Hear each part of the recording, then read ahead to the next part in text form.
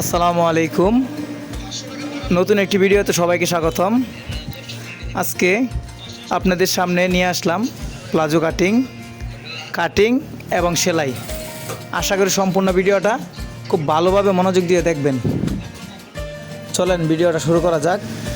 আমার এখানে কাপড় আছে 2 গজ 2 গিরা, আমি আগে থেকে কেটে রাখছিলাম। দেখেন কাপড়টা এখানে সিঙ্গেল বাজ করা আছে। যেহেতু আমার এখানে কাপড়টা কাটা আছে, তাই আর এক্সট্রা কোনো মাপের কোনো প্রয়োজন নাই। কাপড়টাকে আমি 2টা মাথা ডাবলভাবে ভাঁজ করে নিব। এই দেখেন,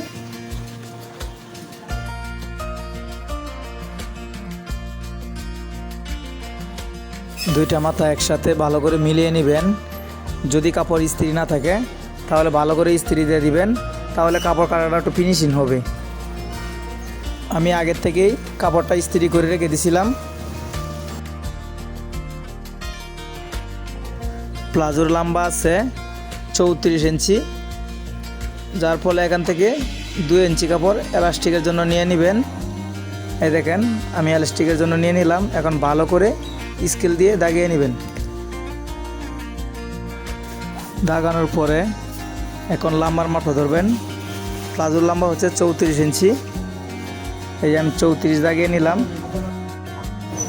আবার ওই সাইড দিয়েও 34 ইঞ্চিতে একটা দাগ দিয়ে দিবেন। দাগ দেওয়ার পরে ভালো করে একটা স্কেল দিয়ে দিবেন, যেন আঁকা বাঁকা না হয়।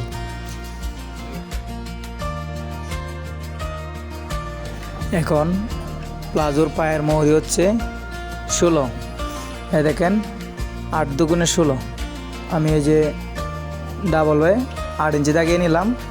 এক্সট্রা সিলাইয়ের জন্য আমি 1 ইঞ্চি কাপড় বেশি নিয়ে নিলাম। এখন হচ্ছে আপনার হায়ের কাজ। প্রত্যেকটা ভিডিওতে কিন্তু আমি বলে যাই যে এখানে 2টা অপশন আছে।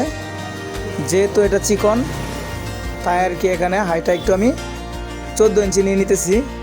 আর যদি একটু মোটা হয় তাহলে এখানে 15 আছে, 16 আছে, 15.5 আছে, 14.5 আছে। এটা বডির মাপ অনুযায়ী হাইটা দিতে হয়। এই যে আমি এখানে 14 ইঞ্চি নিয়ে দাগিয়ে নিলাম। এখন একটু গ্যাপটা কমিয়ে নেবেন। এই দেখেন, আমি 13.5 ইঞ্চি গ্যাপটা নিয়ে নিলাম। সেমভাবে এই দিক দিয়েও 13.5 ইঞ্চিতে একটা দাগ দিয়ে দিবেন। স্কেল দিয়ে ভালোভাবে দাগিয়ে নেবেন। দাগানোর পরে হাইটা একটু রাউন্ড দিয়ে দিবেন চক দিয়ে। এই দেখেন, আমি রাউন্ড দিয়ে দিলাম। এখন কিন্তু সম্পূর্ণ দাগানোর কাজ আমার শেষ। এই দেখেন, যদি কারো কোনো বুঝতে সমস্যা মনে হয় তাহলে অবশ্যই জানাবেন দয়া করে। শেপ কাট দিয়ে ভালো করে দাগটা সুন্দর করে মিলিয়ে নেবেন। এই দেখেন, আমি কত সুন্দর করে দাগটা মিলিয়ে নিলাম। প্লাজোর জন্য নিচের বাঙ্গার কাপড় আছে এখানে 2.5 ইঞ্চি। যেহেতু একটু মোটা সেলাই হবে, তাই একটু কাপড়টা বেশি নিয়ে নিলাম। অনেকে আরও কমও নিতে পারেন, অথবা আরও বেশিও নিতে পারেন।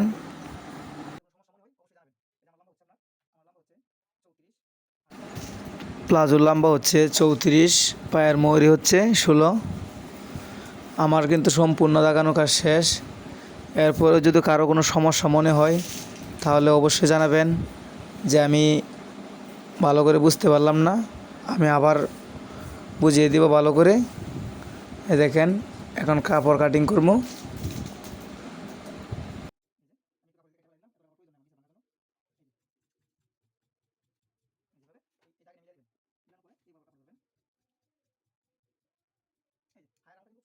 আমার কাটিং করা শেষ।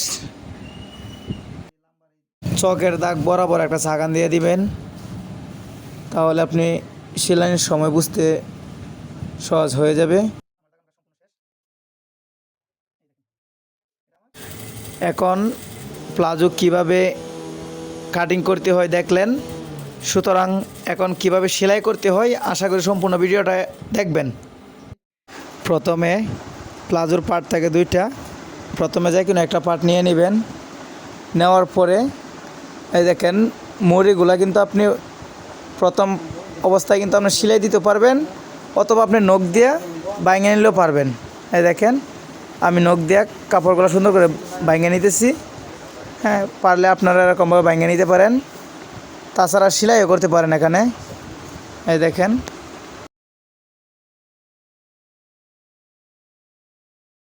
এখন 2 ইঞ্চি পরিমাণ কাপড়টা ভাঙ্গা দিয়ে ভালো করে একটা সেলাই দিয়ে দিবেন। দেখেন আমি সেলাই দিয়ে দিতেছি। এরকমভাবে আপনারাও কাপড়টা খুব সুন্দর করে ধরে নিতে হবে। আবার এক সাইড দিয়ে মোটা এক সাইড দিয়ে চিকন হয় না যেন।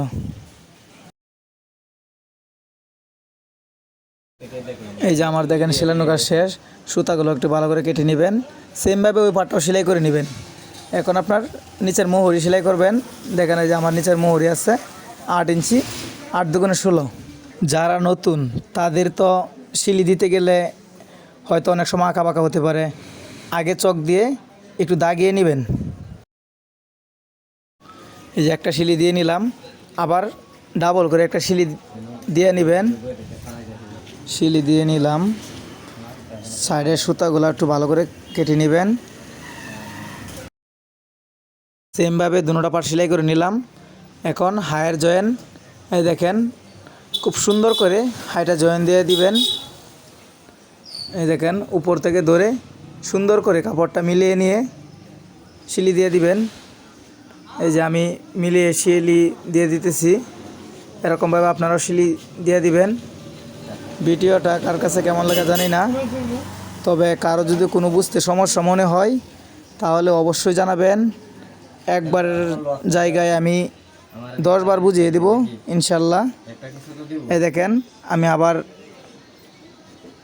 ডাবল করে একটা সিলি দিয়ে দিবেন।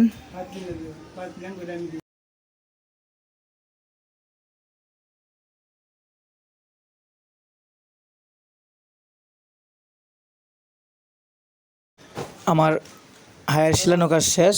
এখন ভালো করে বাস করে নেবেন। বাস করে নেওয়ার পরে আপনার এলাস্টিকের জন্য আগে সিলি দিয়ে দিতে হবে। একটু হয়তো আঁকা বাঁকা থাকলে একটু কেটে সমান করে নেবেন। এই দেখেন আমি একটু আঁকা বাঁকা ছিল, যার ফলে আমি একটু কেটে সমান করে নিয়ে নিলাম। এই দেখেন এখন 2 সুতা পরিমাণ একটা সিলি দিয়ে দিবেন ফার্স্ট টাইম। এই দেখেন আমি কিভাবে সিলি দিয়ে দিতেছি।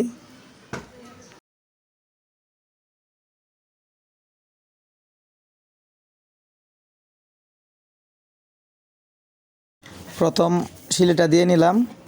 এখন আপনার এলাস্টিক নিয়ে নেবেন। দেখেন আমি এলাস্টিকটা এখানে নিয়ে নিতেছি 18 ইঞ্চি নিয়ে নিতেছি আমি। দেখেন 18, চিকন মানুষ যার ফলে আমি 18 নিয়ে নিলাম। রাবারের মাথাগুলো একটু সেলাই করে নিয়ে নেবেন। এই যে আমি সেলাই করে নিয়ে নিলাম। সেমভাবে আপনারাও সেলাই করে নিয়ে নেবেন। এখন সেলোয়ারের পাটাটা নেবেন। নেওয়ার পরে দেখেন আমি কিভাবে এলাস্টিকটা জয়েন দিতেছি। এখানে ভালোভাবে দেখবেন ভিডিওটা।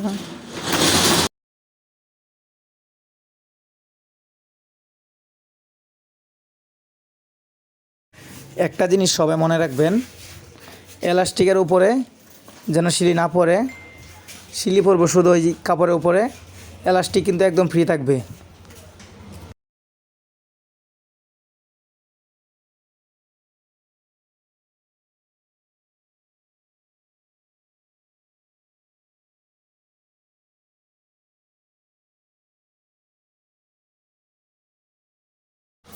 এলাস্টিক লাগানো কাজ প্রায় শেষ।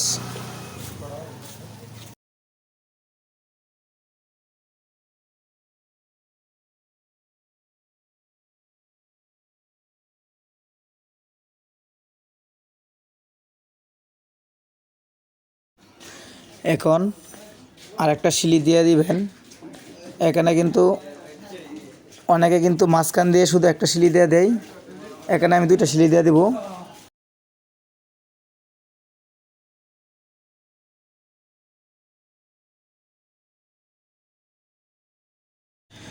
আমি একটা সিলি দিয়ে নিলাম।